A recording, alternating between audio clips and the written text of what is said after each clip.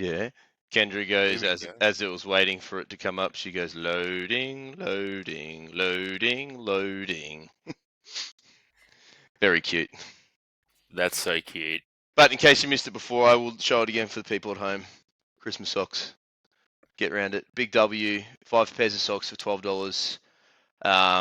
There's 5 work days in a normal work week. Mm-hmm. Six for me. So that's 5 days of Christmas socks and 1 day of Coach Kendra socks.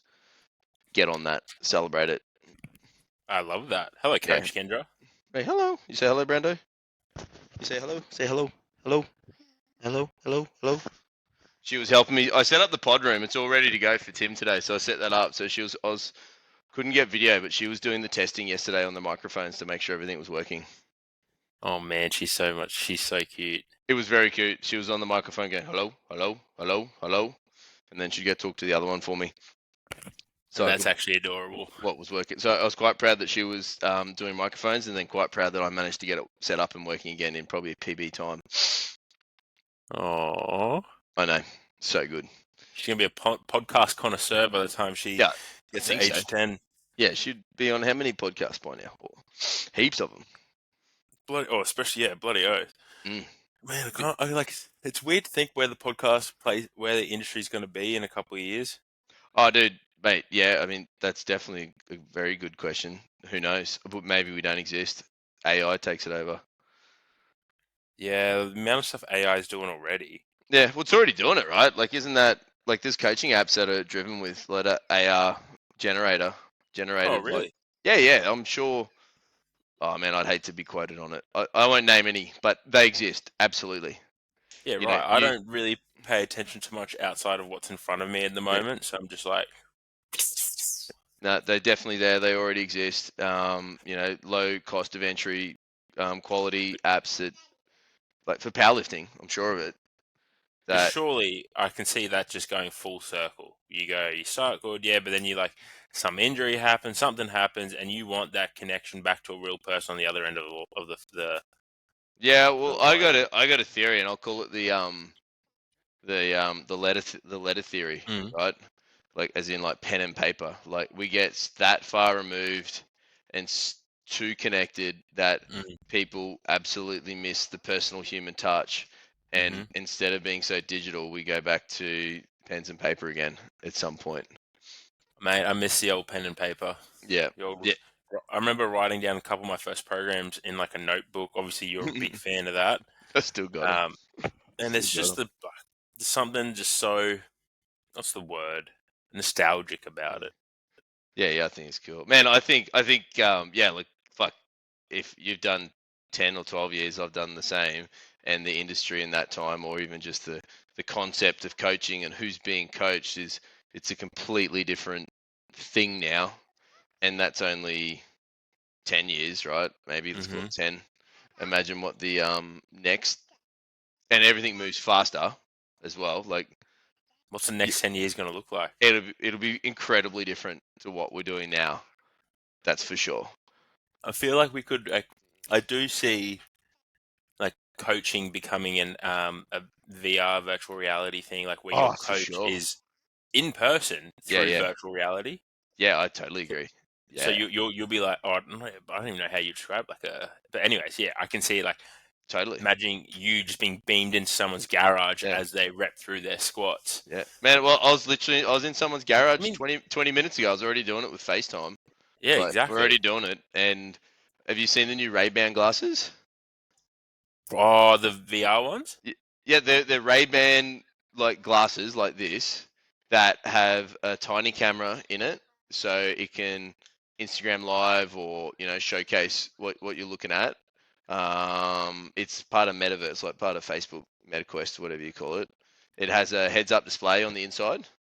Stop it. Yeah, and then the one thing I saw that I thought was, wow, that's cool. It's like if you're in Italy looking at a menu, it'll look at the camera at the menu and then pull up and show you what it is and put it over the top of the letters for you. That's actually insane. That's going to be sick. That's Hello, actually insane. hello, You there? hello, You hello. there? Yeah, yeah, yeah. I lost you for Yeah, a little bit. that's right.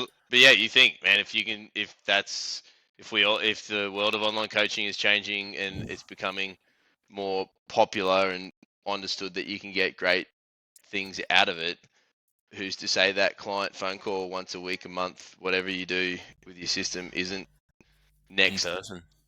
going to be in person, but you're not actually there.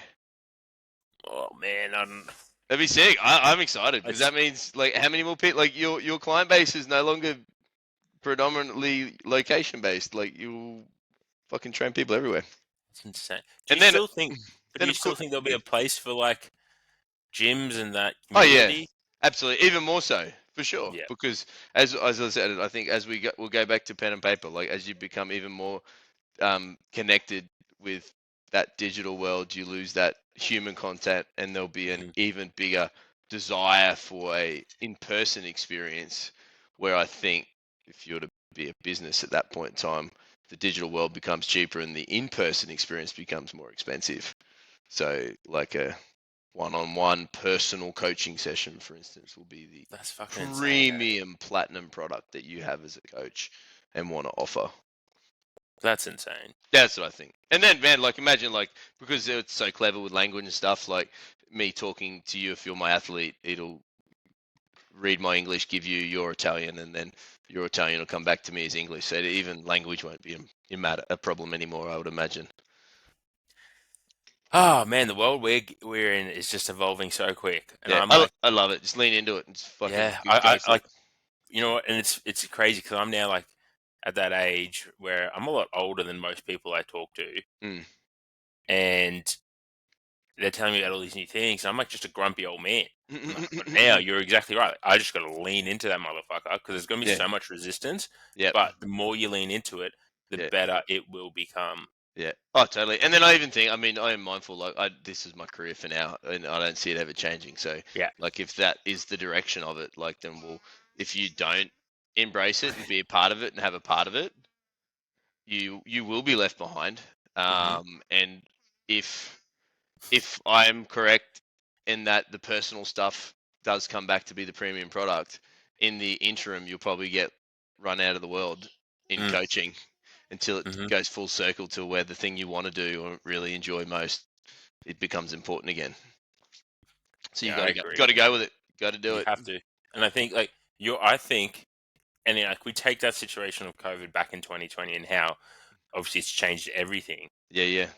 But the way, and we spoke about it plenty of times during that process, but how you pivoted in that time is, I think, or I believe at least, one of the main reasons Fortitude, sorry, has just exploded onto the map in so frequent. And man, look at the expansion of Capo, and that's, I reckon, all come back just down from that digital space that you've just lent into. Yeah, dude, man. Got to be there. Love it or hate it. Just be a part of it. Fucking Yeah. go big with it. I like it. Yeah, you got to do it. And you got to do it well too. Oh, bro. 100, and that's the thing. Not many people can do it well. And if Yep. you're good at talking to people offline, Yep.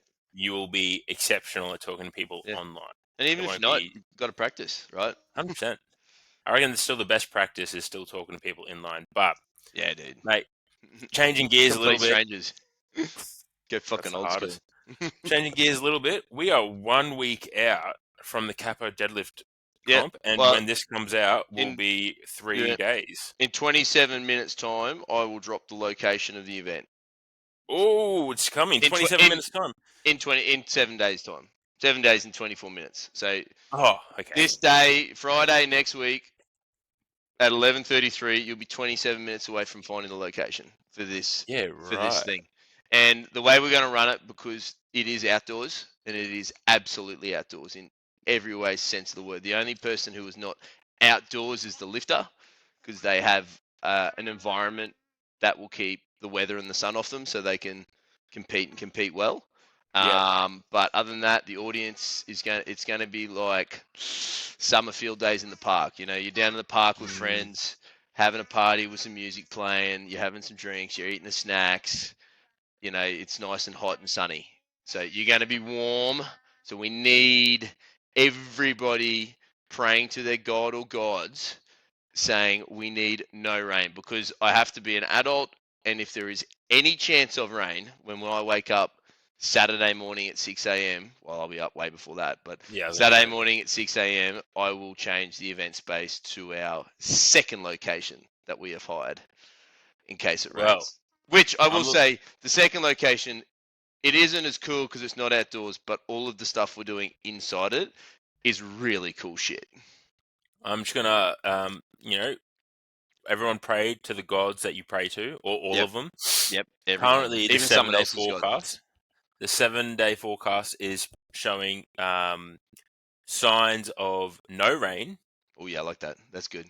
30 degrees temperature, That's good. That's dropping premium. off in the arvo Yep, from lunchtime onwards, which would be good because I'm yep. assuming it's a little bit of a start around 2ish again, Nah, 3ish. 12, dude. We got started. We're starting 11:30 with kids.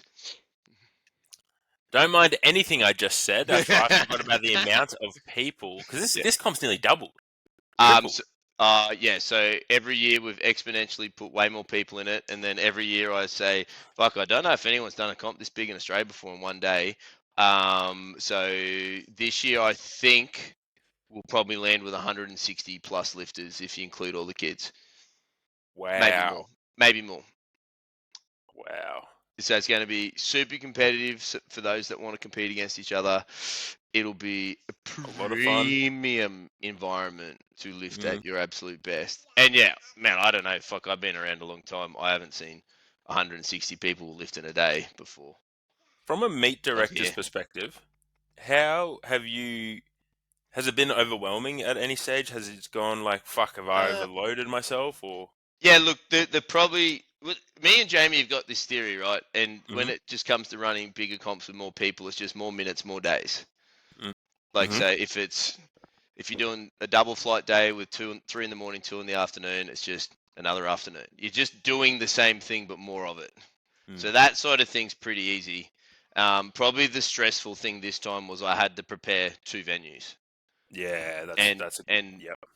so like an example would be the complexity. I need things when I hire them to suit both venues, or I need to be aware of the individual needs of both venues and have Mm, different things organized for those 2 venues yeah, as right. well. That's probably been the challenging part. And then from a time perspective, instead of going to one venue to look at it and go through things, and then I have to go to two, everything's doubled. Everything I have to do Yeah, twice.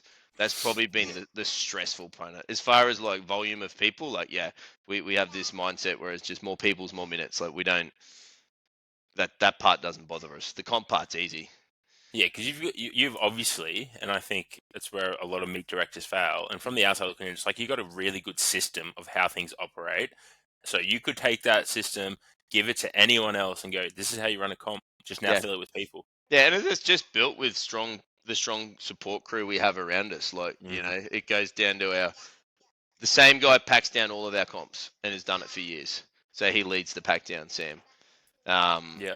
Jamie's job is he always floats around wherever gap needs to be filled up, which is Mm, perfect. So it takes all the pressure off me. And then I've got Jess Rose, who is the head ref for the day, but not only runs the ref, but runs the whole platform. So she takes care of who spots and loads and when they do it. wow. And then I've always got 1 or 2 lead people that run the table. That sort of changes around a little bit here and there, but those 2 are dedicated to that. So then essentially like all the gaps within running a comp, like I don't have to do anything until problems exist, like mafia drug lords from Brazil trying to park their trucks. Oh, Um, I remember that. Yeah, I remember. so But you know how good of an example that is, like of leadership, like delegation, and then you're just overseeing because you know what the best thing is though, Johnny, is that you've done every single one of those people's jobs. You've yeah, spotted yeah, and loaded, you've been a head ref, you sat on the table, you've been an MC, you've done all that. So if a problem does arrive, they can come straight to you, and you go, unless it's some like technical fucking light mm, blown thing, I don't know. yep, There's just so much faith in yourself as a leader to go, all right, I'll just go to Johnny because I know he's fixed it, and that's why yeah, they'll follow you to the edge of the earth because we live in a flat world. yeah. Obviously, I don't believe that. I just want to point that out real quickly. That was a Hey, joke you've for been to everyone some listening. seminars or something, bro. Yeah, like Yeah, that's it. I mean, and we're very grateful. Like I think that group of people that's involved, and then the ones that turn up to help on the day, like get the community aspect of it. Like comps aren't run to rate to generate income. They're there to just grow the sport for everyone and just to have a good day. like have a like an exceptional day. So all those people are all lifters themselves that just aren't lifting on that day, and they're all helping out because they'd rather be doing that, Mm, which is sick, which we can't do without them. But and mm, they've all got the same mindset. Oh yeah, cool, more people, just more minutes. It's yeah. all good. Do you think, off topic, but on topic, do you think many comp meet directors have the same mindset as you? Is that meets are run to grow the sport, not just make profit? Yeah, I don't think so. I don't think so. Mm. Would be my my short answer. I think there's definitely well, yeah, you've just got to rock up to a comp. Like you come to our comp, your photos are included. Not every meet director does that now. Now they charge for it, and And not a little bit. they charge a lot. I guarantee they probably charge more than what the photographer charges. So they're making money on that. They're making a clip there easily. Mm. Um, like when was the last comp that one of your guys did that they got a T-shirt that they didn't have to pay for, I'm not actually quite sure. or a pair of socks? Like got something. When was it? When Yeah. was the last time they got something? Like Mm. other than just like to compete. Yeah. Like if people aren't doing that, like I know how much comes in. Like I can tell you, we've got yeah, if we got 140 paid entries times $100 each, that's $14,000 that come in for this comp. But I can tell you the comp cost to run at the moment like $15,000. Yeah. So we'll sell a few shirts, we'll charge $10 entry to get it over the door. Mm. Maybe there's $1,000 left in the kitty for Fortitude Barbell, which we then go and buy equipment for. So like I know there's lots of money there, but for us, like where we give $4,000 to Neil to take photos, like if you're not charging for if you're charging for photos, that money's going in your meet director's pocket. Like, Yeah. and yeah, they got to make some money too, but like they don't need to make all of it. I don't think. No, I think there's a difference between making profit and Yeah, then making yeah, profit. Like, and, I think, as you said, like you run, maybe you break even, maybe yeah, you make a little bit of profit, but that yeah, money then goes back into the sport. And you know yep, what? If you're holding a competition, I like the mindset of that it grows the sport, but it also will grow your business because you got exposure, number one. You got absolutely, your fucking logo plastered mm, everywhere then as a business owner. absolutely. People are going to trust, like from the outside, people coming new to the sport, Mm, who do you think they're going to trust to write them programs, who mm, coach them, mm, than the guy who's obviously the fucking meat director, the state mm. director? Yeah, yeah. Man, So, I mean, me and Jamie, I mean, it's free advertising, bro. Like, yeah, yeah, it's a no-brainer. You put on this epic event in front of 160 lifters who bring fucking 80 coaches, and then bring fucking another 200 friends, and it's all like, oh, that's run by Fortitude Barbell. Like, your name's on the photos. It's a no-brainer. Even if it cost us 2 grand to run it instead of, it'd it's be just so even crazy better. how people think. And then, I mean, you know what it's like when you run a business. Like, you shouldn't just always look for direct income. Like Mm, don't just look for do the thing, get paid. mm, Like, if like for you, if you're there when you're there and you're coaching a bunch of people and you help out, say 3 people that aren't yours, right? mm, No money paid, didn't ask for anything. They might even offer you something to help them. You do it because you're just a good guy and like helping people. You're growing the sport. Man, I guarantee someone, not maybe one of them, tells someone who then signs up to coach with you because they hear that you're yeah, a good bloke. And like that's literally. that's that's what I think of an example when you're running a business, like doing comps and stuff. Don't just look for your direct income. Look for that there is plenty of indirect revenue streams that come because of it, and you do very well for it. 100%. And like, I'll use the example where I was at a novice comp on the weekend, right? And I had one lifter. Very rarely do I ever have one lifter. So Mm. me and Kevy were just like talking a lot of shit. Yep. I'm just waiting for my guy's next attempt, and this bloke comes up to me. He's like, "You're Brandon." I'm like, "Oh yeah." And then he said, "I've booked in an initial session with you this Wednesday." Yep. Um, Brando yeah, waving at you, bro. yeah. I was like, "Hey, um, I've booked an initial session with you." So I was like, "Oh, great, lovely to meet you. Who's here with you, helping you out today?" And he's like, "Oh, no one actually." I was like, "Just a group of friends." I was like, "Sweet, mate. I've got one person. He's pretty easy. I'll help you out if you need with some temp selection." Yep. We get Yeah, yeah. chatting. He introduces me to his friends. Yep. There you go. All of a sudden, his friends are like, "Oh, like, yeah, I really need a coach too." And I'm like, "Yeah, mate, come have a chat. Join in, whatever." Yep. There Did you I go. do anything differently? No, No, I just no, no. fucking treated help the person out at a comp who Yep. needed a hand. Yep. Next minute, his 3 friends. You know what? Yep. His 3 friends probably going to go tell their 3 friends who are interested in what they're doing because it's a Yeah, knowledge bro. comp. They go, "Oh, what'd you do this weekend?" Yeah, yeah, I think yeah. people underestimate the value and the Yep. strength still of word of mouth. Yeah, absolutely. Yeah, yeah. They're all too busy trying to draw all that source of income through social media exposure. And it's super like at the start of the potty we were talking about we got to lean into the Yep. metaverse and all this shit coming, which is true, but just don't lose the crux of what makes a good business, and that is a good reputation. Mm. Put the effort in, spend some time doing the shitty work, Yeah, talk to yeah. people. Yeah, dude. I mean, yeah, I said to someone the other day, I was talking about the same thing. Is like, yeah, you do that other stuff, but then at the same time, you investing time in someone in a comp like yourself, like, you gave up so many Mm. X minutes of your time to that guy, your time's worth money. It's Mm-hmm. instead of using and spending it all into somewhere else like advertising or a marketing guru or someone else, you're just using time instead of physical cash, which is worth Yeah, time to grow something, which I think's so important. but you know what? Time is our most valuable Mm. commodity, Even more valuable. Yep. even more valuable, Mm. and it like obviously doesn't cost anything from a monetary value, Yep. but people appreciate the value of your time than they Mm. will the value of your money. Yeah, yeah, yeah, exactly right. Yeah, yeah, 100%. We went a bit deep there, and I like it, but Oh, it's a deep dive, and it's gonna be sick comp. Like, let's be honest, if you were coming down to spending money, we spent so much money on fireworks and lights. It's so fucking cool, so fucking cool. I can't wait. And if we do, I'm also very excited for the second venue because where it is allows me to do some really cool stuff with lighting and video. the second venue is the backup venue. The backup venue, yeah. Yeah, yeah, sweet. Yeah.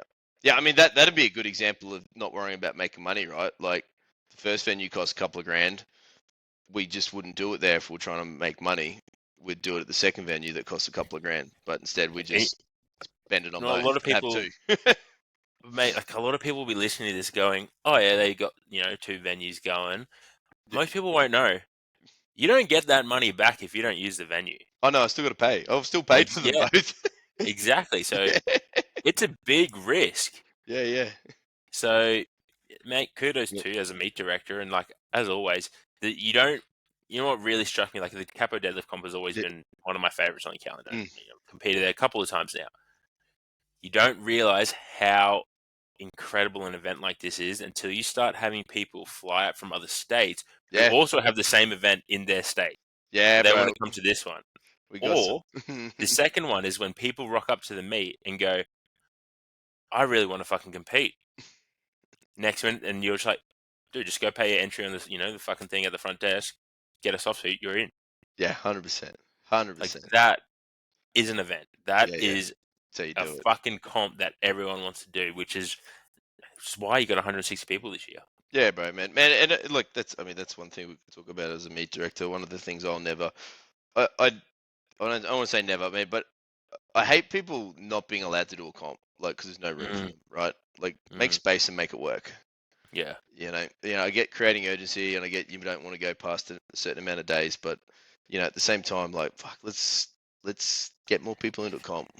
Yeah, like I get that argument too, but you know what? Some of the best meets I ever did, some of the best memories I have from meets was GPC Nationals 2015. It Oh was a yeah, 6-day event. how cool's that? That's fucking sick. It started on Tuesday, and like the Yeah, Tuesday wasn't an overly big day, yeah, yeah, yeah. Yep, but by the Sunday, it yeah, was hectic. yeah. It'd be insane. Everyone would be around it. So Yeah. Yeah, it was like I, Worlds. That was like Worlds, yeah, 6 days. It was sick. it's Everyone's just fucking ripping in. Everyone's there. It's a big party. mm, They had 200 people on the last day lift. 200. so insane, Yeah, dude. Yeah, it's wild. It's fucking good. Man, mate. I had a technical question for you. I Oh didn't even gosh, think would get on the deadlift comp. I was going to suggest how important do you rate it to be planning out? I wouldn't call it your more serious powerlifter because everyone's serious about powerlifting because why wouldn't you be? But um, makes sense. But let's call it a competitive powerlifter, someone who wants to compete, high level, low level, medium, yep. doesn't Someone who matter. just wants to rip in. Yeah, they just want to do some comps. Like how Yeah. how important do you think it is to plan out a year for them? And do you do it? 100%. Yep. So we like a lot of my competitive guys now. We've had a big end of the year. I still don't feel like I've came back from that honeymoon and had time off. It's weird. Um, but we had that Bathurst meet, then we had battle, then we had a novice comp. We got capo deadlift only. Um, there was Polish man in there as well. So there was a lot of people that competed, and that process of planning out the next year started then. Yeah, So absolutely. we don't really look at January 1, and I'm sure you're the same, but you don't look at January 1 as going, okay, this is that year. Mm. We go meet to meet. All right, let's plan Yep. out the whole year next. Yeah, We know the nice. comp calendar's coming out roughly November, December, or end of October, November. We Yep. know when these, around what meets we got to be at. Yep. So let's plan it out. And so we'll look at it, at a 52-week block going, okay, these are the two meets I want to do, and we're going to peak heavily for the maybe the back end of the year, a nationals or an invitational meet. And then I'll go, okay, cool. What's the next meet before that? So I'll plan out from whenever their last meet is until that I guess qualifying meet, we'll call it, Yep. the Yep. states, whatever it may be. I'll plan that out 26 weeks, whatever it may be. Yep. And from there, I'll plan out the next one. But I think it's very important. Just one, people fall off in their off season. Yeah. Yeah. It's Yeah. easy if they don't have that direct goal Mm. or that, I guess, that next thing that they need to work towards. Yeah, 'cause Um, sometimes for like even myself or anyone, like even if you got something big 12 months away, that can be a long time and yeah, hard to keep a focus because it's so far away. 100%. So then once we break it down, and then you can break it down from that 26-week block into that qualifying meet, Mm. you go, all right, this is our 12-week GPP volume hypertrophy phase. Then we've got another, 14-week strength peak, all that shit. Break it down even further. This is block 1, 2, and 3, where we're going to focus on this, this, and this. You're going to have some fun stuff here, lots of volume here. This is when we'll deload.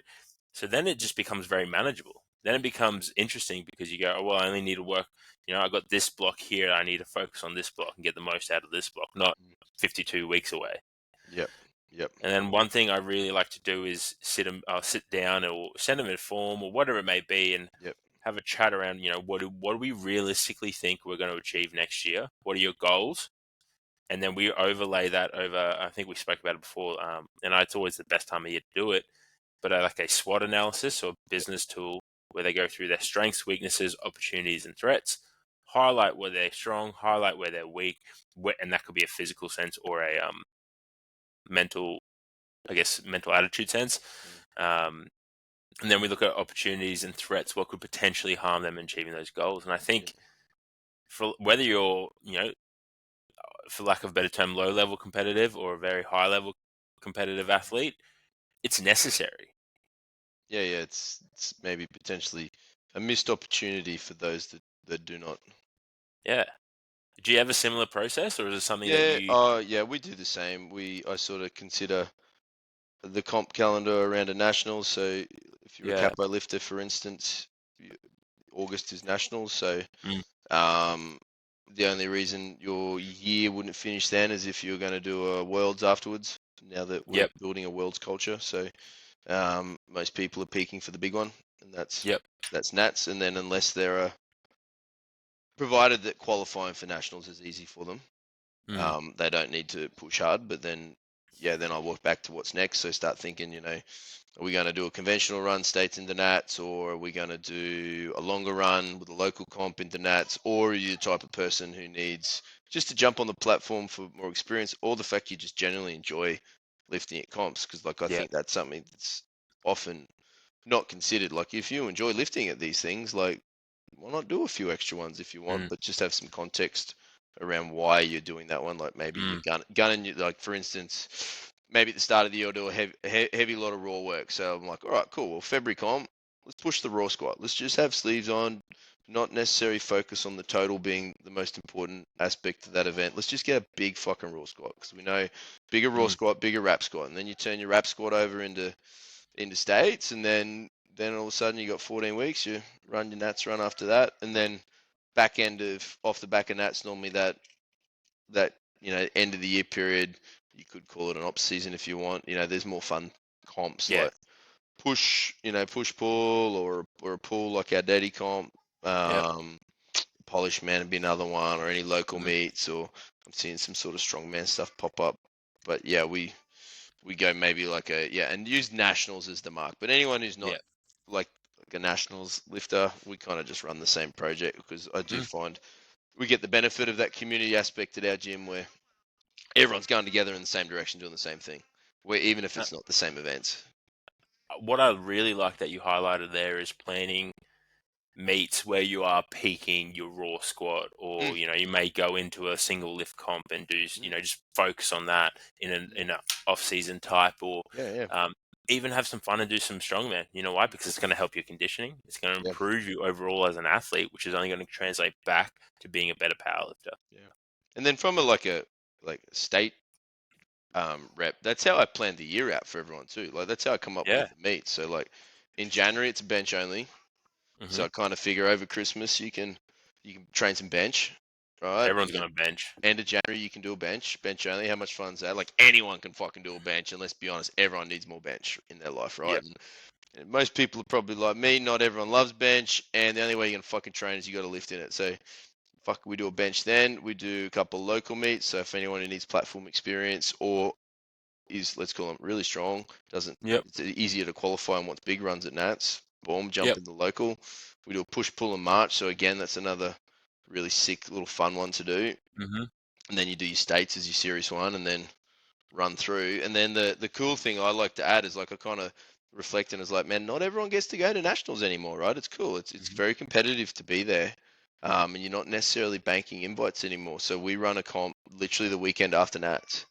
So like That's fucking brilliant. if you're a coach, um, now your newer lifters who would have aspirations or nationals, or maybe they don't because they're not, for them it's not Mm. interested in it, but they're just not going to Nats. They can now train alongside their friends Yep. and have the same experience in the gym, because Hmm. that last month into a Nats is like that is popping, right? They get that Mm. full experience, and they still get to compete at the little local meet the following weekend. So we throw that in there as well. It's brilliant. Yeah, it's good. And then if you're a super strong lifter, you can back up and compete that following weekend and just tick your qualifying off for the rest of the year as well. Exactly. Yeah, It's a which good is cool. point. Yeah, yeah, So you which can just focus on just having fun and getting strong. yeah, for 12 months, which would be Fucking oath. sick. Yeah, I think that's how we run it, but sounds pretty similar. You might be good at what you do. Yeah. Maybe we are, or maybe we're both wrong and you're not supposed to do Look, I'm just going to go straight and say we're not wrong. that. Arrogant, whatever you may call it, but Yeah, you've been coaching now for nearly, a while, well, 15 years, 14 years or 15 something. years. Yeah, probably. What am I, 13 years, 14 years? I don't fucking know. I think we're right. Yeah, because you definitely see it comps. You'll see the same people rock up to the local meets, you know, a certain distance apart, and they're just redlining themselves every time, right? And they don't look like they've actually gotten stronger. Yeah, and maybe like in the early days, like you just keep loading the bar, you'll get stronger. But they're either not there a year later, Mm-hmm. um, or they've just fucking stagnated Mm-hmm. and And that's why, stalled. like, it's just the old adage, failing to prepare is Yeah. preparing to fail, or whatever it is. Like, Yep. if you're not doing this and you want to be, again, no matter what level, but you want to be a competitive athlete in your sport, you need to do it. Yeah. Yeah. Yeah. Absolutely. Absolutely. Yeah. Mm. And then it's cool. Like, most, at least, everyone's got lives outside of the sport too. So then that way, those things can be made a priority as Hmm. well, which they should be, I think. Yep, 100%. Um, If you know you got to go hard here, you can start planning things around that. yeah. Yeah, exactly. And then, vice versa, if you got non-negotiable work trips or maybe you got a holiday or family trip, like you start Hmm. blotting them into your thing. So it's all properly considered and thought out. And, Yep, there's nothing you can't do. 100%. 100%. Mm. Yeah. Love it. Totally agree, bro. Sick. Good chat. Good potty. Deadlifts and deep dive coaching analytics. We did fucking deep dive that. I loved it. Mm, very exciting. Very, I'm very actually exciting. kind of bracing, waiting for this for a question, unless you don't have one today. Oh, my question. Because I've actually been like, I get nervous every Ooh, time. I got one for you, Oh gosh. and it's I should have just ended the body. What's your training goal for next year? Nothing major. It's just to get consistency. Sick. Honestly, like it's super blasé, but my training's been so inconsistent this past year, so that's all I want. That's all you want for Christmas. Sweet. No, what I want for Christmas. Actually, I don't even know what I want for Christmas. More Oh, books. More more books. books. Everyone listening. Yeah, nice. All right, send Brando some books. No whiskey this year. I appreciate it, but I've got so much. More things to read, more brain gains. Please. Yeah, love it. What do you want for Christmas? What I want for Christmas, I want two things. I think I'll be asking Santa for jiu-jitsu lessons. That'd be nice. And surfboard money. I might start I'm an adult with a budget, so if I want extraordinary things, I got to save up for them like an adult. And I would like a surfboard. I didn't hit the mark this year because I ended up deciding to buy a new camera instead with my surfboard money. I'm very happy with my new camera, it's super shiny. But I still don't have a surfboard, and I would like a surfboard. So I think I'll ask for surfboard money or jiu-jitsu lessons. Will be I good. want everyone to give Johnny surfboard money. I want to see you surf. Yeah, man, I used to do it. Like, I mean, not very well, but I used to do it. I'd love to That's do it it. again. That's what we need to do. Something being in the ocean playing on a surfboard, sick.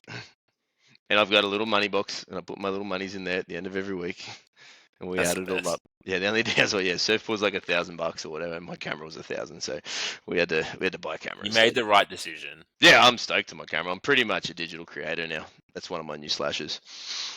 I love it. I'll put up a website soon. People can hire me. I hope so. Like every other fucking digital creator without a qualification. Yeah.